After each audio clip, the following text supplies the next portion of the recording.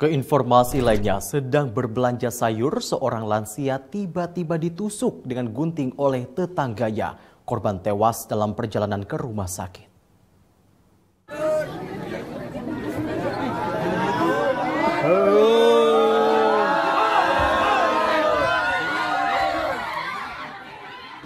Untuk menghindari amuk massa yang sudah mengepung rumah pelaku, polisi langsung bergerak cepat untuk mengamankan pelaku berinisial I berusia 28 tahun di rumahnya di kawasan Kampung Bulak Barat, Cipayung, Kota Depok, yang bersebelahan dengan rumah korban.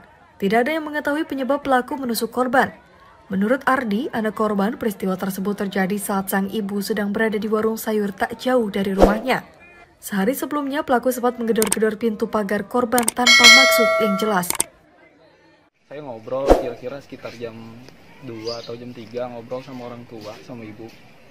Si ibu bilang hari sebelumnya itu pas ibu habis sholat subuh, dia teriak-teriak manggil nama ibu, gedor-gedor pintu, dia bilang keluar lo, gua bunuh lo, kata gitu. Lo kenapa kayak pokoknya nuduh yang ibu yang enggak gitu, nuduh ibu yang enggak. Nah, nggak lama si ibunya si tersangkanya ini keluar.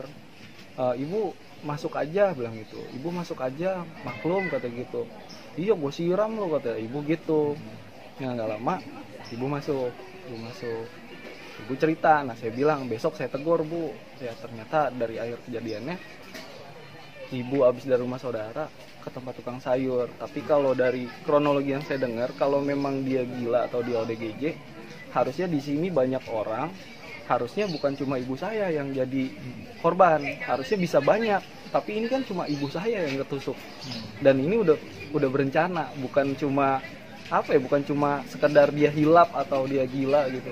Ini udah berencana kalau menurut saya. Sementara itu, pedagang sayur yang juga seorang saksi pada saat kejadian menyampaikan, pada saat sedang ngobrol dengan korban di warungnya, pelaku datang dan langsung menarik baju korban serta menusuk korban berkali-kali dengan gunting yang dibawanya.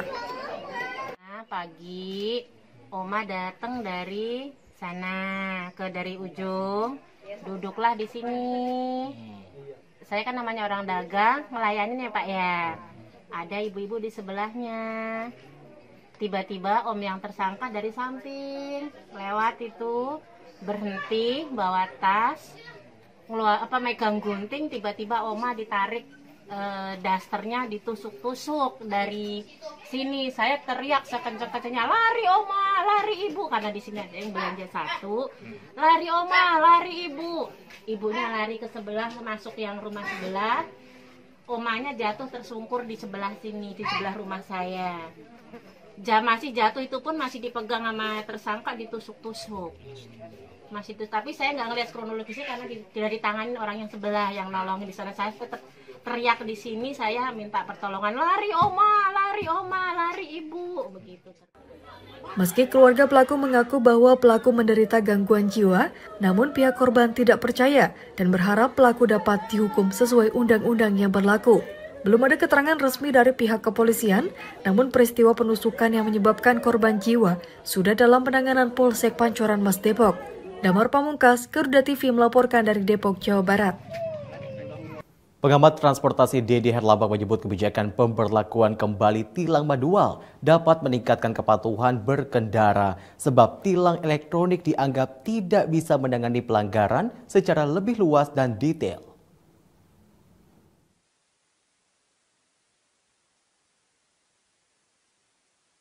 Kepolisian Negara Republik Indonesia Polri kembali memberlakukan tilang manual di tempat untuk wilayah yang belum terjangkau dalam sistem tilang elektronik atau ETLE. Pengamat transportasi Dedi Herlambang menyebut kebijakan tersebut sangat baik, mengingat tilang elektronik tidak bisa menangani berbagai jenis pelanggaran secara lebih luas dan detail. Mulai dari penggunaan plat nomor bodong, kendaraan kelebihan kapasitas, hingga tidak lengkapnya surat kendaraan.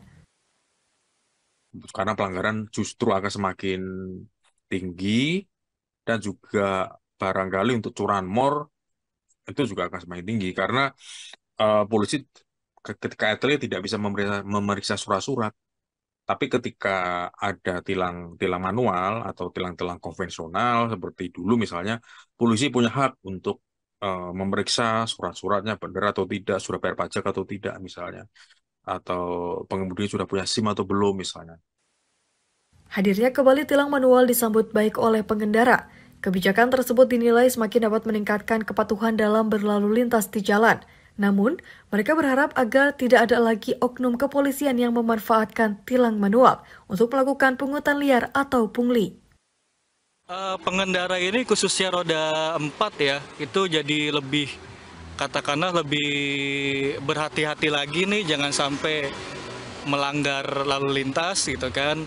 Tapi di sisi lain, ya mudah-mudahan ini tidak ada lagi oknum polisi yang masih memanfaatkan diberlakukannya tilang manual ini untuk kepentingan mereka gitu. Tanpa harus adanya hal-hal yang merugikan masyarakat. Contoh misalnya tilang manual kan tentu ada nilai-nilai tertentu yang misalnya pungli atau apa yang bisa aja pengendara itu tidak salah tapi tiba-tiba diberhentikan. Nah, hal-hal itulah yang sebenarnya seharusnya tidak terjadi lagi ya.